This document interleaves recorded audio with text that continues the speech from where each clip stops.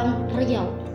Rempang memiliki 2 kelurahan, yaitu Kelurahan Rempang Cate dan Sembulang. Di pulau inilah beberapa hari terakhir suasana berubah mencekam karena konflik lahan antara masyarakat dan pemerintah. Pada Kamis 7 September 2023 tentang betapa panasnya konflik agraria di Pulau Rempang baru-baru ini. Rencana investasi jumbo dari investor asing mendapat resistensi yang cukup masif oleh warga setempat, terutama warga yang merasa telah tinggal di Pulau Rempang secara turun-temurun.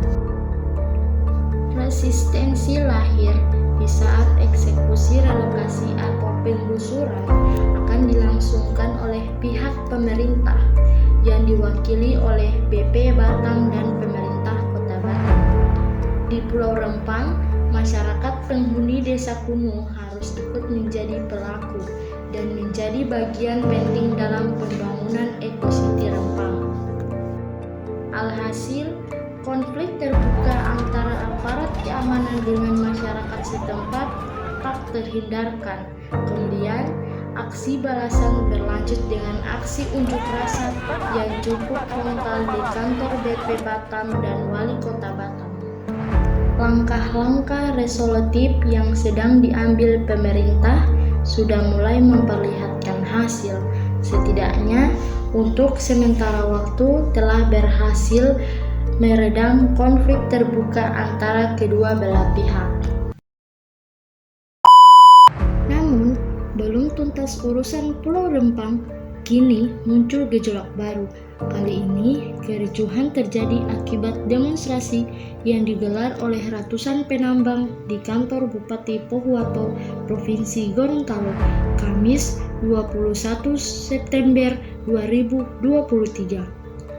Dalam aksi amuk massa tersebut, massa membakar kantor Bupati Pohuwato dan merusak fasilitas di perusahaan tambang emas milik Panigold Project.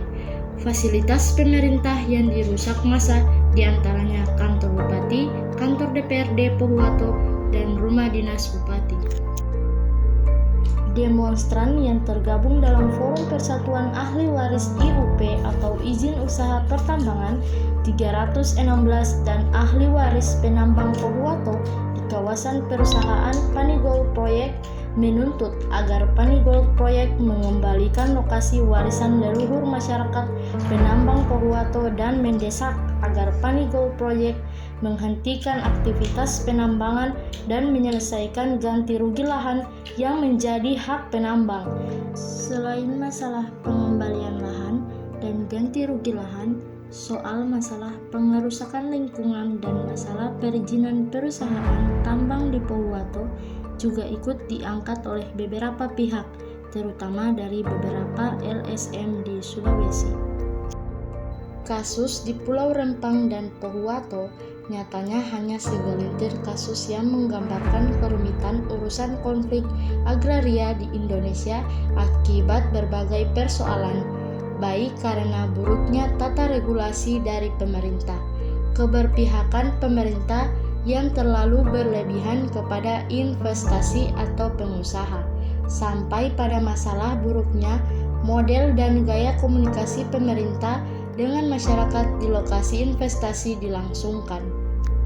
Menurut Komisi Nasional Hak Asasi Manusia atau Komnas HAM, kasus Pulau Rempang dan Pohuwato hanya 2 kasus dari ratusan kasus konflik agraria di negara ini. Bahkan setelah terjadi peningkatan eskalasi konflik agraria di berbagai wilayah di Indonesia. 4 hak asasi manusia yang paling sering diduga dilanggar adalah hak atas kesejahteraan, hak memperoleh keadilan, hak atas rasa aman, dan hak untuk hidup.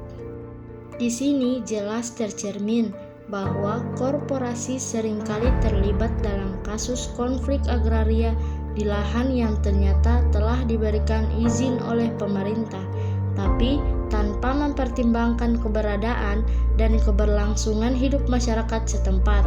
Namun, jika diagregasi institusi pemerintah secara umum, baik pusat, daerah, dan institusi kepolisian, maka Sebenarnya secara presentasi pemerintah adalah pihak yang juga paling banyak diadukan oleh masyarakat terkait dengan konflik agraria. Untuk masalah yang terjadi di Pulau Rempang dan di Pohuwato yaitu jika investor asing ingin berinvestasi di negara kita, maka semua investasi yang datang harus diperjelas. Kemudian, libatkan masyarakat dalam proses pengambilan keputusan dan juga harus semua elemen masyarakat harus dilibatkan secara intensif dan kualitatif. Investasi yang datang harus diadaptasikan dengan kepentingan dan kebutuhan masyarakat setempat.